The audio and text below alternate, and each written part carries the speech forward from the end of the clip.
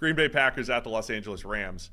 The Packers favored by 3 here in LA against the Rams. Packers 0-2 with Jordan Love as quarterback. Wow, you really went there, huh? I'm just spitting facts. Is there a QB controversy in Green Bay? 2-0 Malik Willis is on the bench behind Jordan Love. Yeah, 0-2 Jordan Love versus 2-0 Malik Willis, who's also outgrading him. Oh, boy. Jordan Love made his return last week. Some good, some bad. Clearly a little bit of rust and, game flow, too. You'd end up dropping back about 60 times. So not exactly the way Green Bay wants it to be. Yeah, I'm curious how he looks week 2. I thought his knee did not look great early in that game. I did think he loosened up as it went, and it was less of a factor as it went on. And obviously, as he said, 56 dropbacks, attempts 54, put the ball in the air a lot. So there was some decent plays in there. How does that look next week, right? A week of rest, how much is that helping him? Because clearly Jordan Love is still capable of spectacular play. And theoretically, you're not going to be in the kind of hole they were against Minnesota. So the game script should be in your favor as well. So, just generally, how much of a jump are we going to get from Jordan Love this week? Other side, I just keep feeling like we talk about the superhuman effort that you might need from a Kyler Murray. I feel like that's where we are with, I think it's Stafford and Kyren Williams. Kyren Williams does a lot for them in the run game. Stafford isn't grading well this year. The stats aren't great for him this year. But they've got the worst O-line pass blocking grades, right? Because of all the injuries and everything that they've had there. And so you don't have Puka Nacua, you don't have Cooper Kupp. Same story every single week where I think, Stafford has to make big time throws in situations where he's not getting help. He's just not getting enough help. When they get into the red zone though, Kyren Williams knows how to finish, knows how to maximize the run blocking. He's been fantastic, but it just feels like this two-man show for the Rams to be able to pull something off every single week. Yeah, I mean, they're kind of the same story as Arizona, right? Except instead of can Kyler Murray play perfect football to win a shootout, it's can Matthew Stafford and Kyren Williams somehow combine to offset all of the injuries that they've got across the board. And most of the time, the answer to that is no. Where is the question in the chat? Jake Thornton, what do you call these people? Power watchers? The long-time people. Power viewers, power listeners. Anyway, he was asking. Jake's one of them, yes. Should Malik Willis get some snaps as should we have a Taysom Hill package for Malik Willis based off what we saw from the first couple of weeks? Did he show enough as an offensive weapon to still have a factor in the team beyond Jordan Love's backup? I would say if I knew I had first half of the year Jordan Love last year, where I didn't know what he was capable of, I would say yes. I think the better your quarterback is, the less likely you want to take him off the field. Right. So I think Jordan Love is probably good enough at this point that you don't want to take him off the field. Now, if you still think he's banged up and you can save him a snap or two, yeah, I mean, Willis is good enough to use in a package, I would say. But is there a way to use a guy like that? Because the Saints would do that.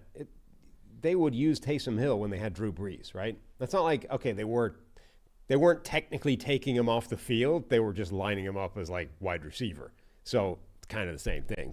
But sometimes they did take the ball out of Brees' hands. Yeah, so that's a distinction, right? That they were taking it out of his hands rather than technically taking him off the field. But I do wonder, is there a way of using Malik Willis? QB system? Yeah, where you keep Jordan Love on the field and you use him almost as a read option threat who's also could, by the way, just pull up in the halfback pass at any point deep down the field. Is there a package of trick plays where he can be part of the offense without taking it out of Jordan Love's hands, without taking him off the field, but also without just saying, hey, Malik, thanks for the 2 games. We'll see you next injury? I honestly think that depends on how good you are in the red zone. And I think LaFleur's got a pretty good history of dialing it up in the red zone. And it could be another weapon, but it's a red zone type of thing. Yeah. And also, but Willis is good enough as a runner to run QB sweep, to run QB sweep with a pass, and to mix it up a little bit. I would say as Love is maybe transitioning off the injury this week, next week, whatever it might be, that,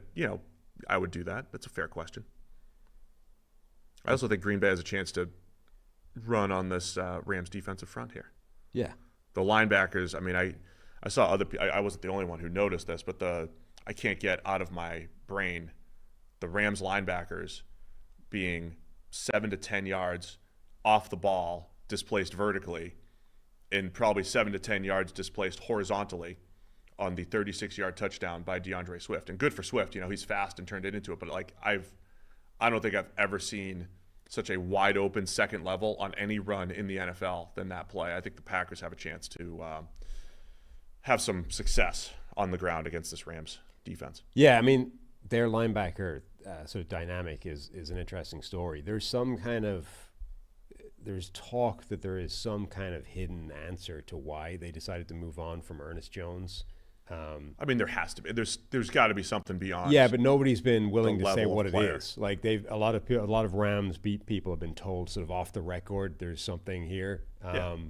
Because they said at the time, like they just decided they were better moving on and going in a different direction, which clearly isn't the case.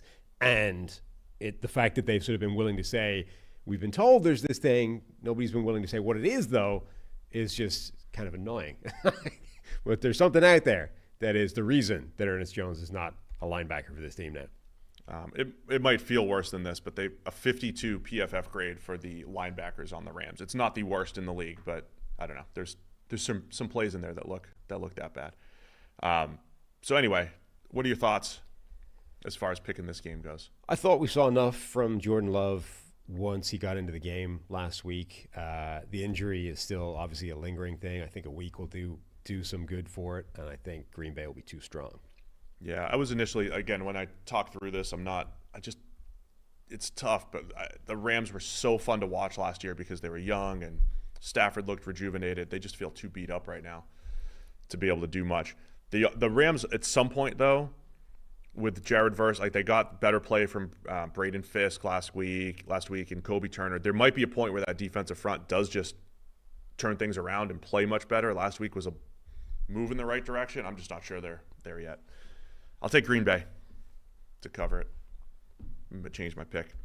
Harry's going to Green Bay as well. You're very on the. I mean, this is shocking for you. You're very on the fence with these picks. You put them in, then you go and change them as we go live. Yeah, I do first instinct, right, and then change my first instinct. Once my pick's in, it's like it's locked.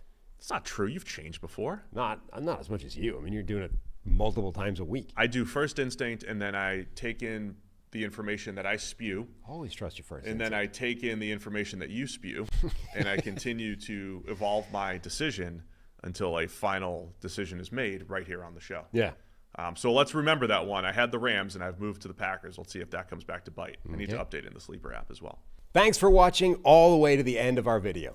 For more great content, click here to subscribe and here to watch another video. We'll see you again soon.